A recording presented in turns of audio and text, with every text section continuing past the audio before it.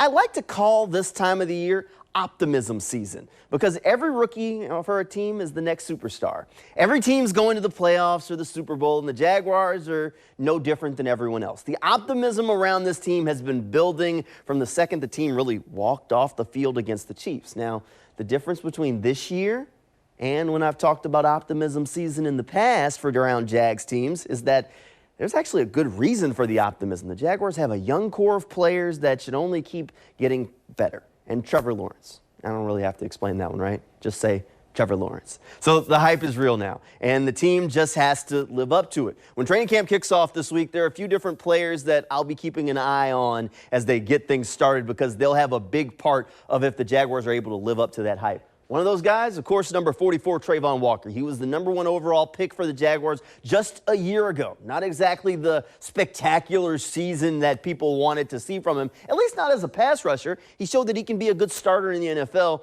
This year, Trayvon needs to take a big step. I think he's prepared to take that step and put up some better pass rush numbers than he did a year ago. If the Jaguars are going to live up to the hype and all that optimism that's out there in the air, they're going to need this guy to put up quite a few sacks, and I think he can do it. I think he's going to do it, but we'll have to see him do it once training camp rolls around. Another guy that we're keeping an eye on is Anton Harrison. Now, the rookie tackle is expected to step into that right tackle spot that's vacated by Jawan Taylor. Now, keep in mind, Taylor got a big contract because he played really well for the Jaguars last year. So Harrison does have some big shoes to fill. I know a lot of the conversation around the Jaguars' offensive line has been on that left tackle spot, but right tackle just as important because at the end of the day, they all are blocking for Trevor Lawrence. If all 5 guys don't do their job, Trevor Lawrence can't do his. So as a rookie, we want to see what Anton Harrison can do because he does have some big shoes to fill as he grows into a starting spot in the NFL. The Jaguars drafted him to be a starter.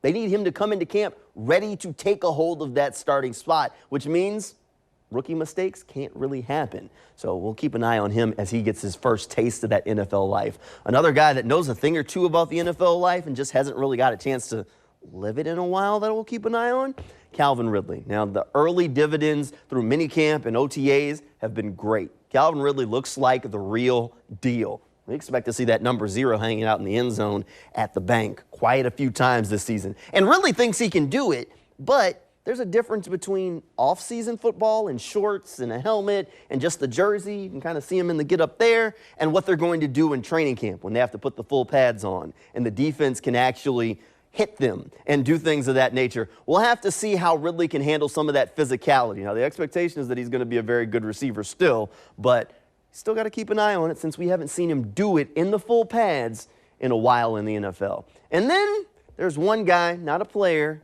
but old coach. There's Doug Pederson. I'm going to be interested to see how Doug handles going into his second year with the team now. Doug took over a team that was in shambles a year ago, led them to the playoffs. Now expectations just a little bit higher than they were a year ago. How can they follow that up? Well, remember that optimism in the air I talked about just a second ago? Well, allow me to add just a little bit more to it. When it comes to a coach's chances of leading a team to the Super Bowl, year 2 seems to be that sweet spot. And Doug Pederson actually knows a thing or two about it. Back in 2018, when he was with the Philadelphia Eagles, went on to win a Super Bowl, first Super Bowl in Eagles history, mind you. Doug did that in his second year as the Eagles head coach. But I know what you're thinking. That was just one time, right? Not quite just a one-off kind of deal. Here's a look at 4 other coaches that have done it in recent history. 5 of the last 7 Super Bowls have had a coach on one of the sidelines in their second year as the head coach for that team. 2017 was Dan Quinn, 2019, Sean McVay, 2021, Bruce Arians, 2023, Eagles and Nick Sirianni. So there's a pretty good chance. So the Jaguars could be starting a road to Las Vegas when camp starts, right? It's possible. Keep in mind, the Jaguars have been around for 29 years. The majority of the seasons, if I brought up a Super Bowl run, I might be laughed out of the city. Let's be serious. You know I'm not lying here. So one way or another, if this season ends in Vegas or if it comes up just a little bit short, it's going to be a fun ride. So buckle up, enjoy, and I hope you'll let us ride along with you because if you ask me, I think we have the best Jaguars coverage in town right here on Channel 4. We'll start off Teal the Show tomorrow night at 11:20.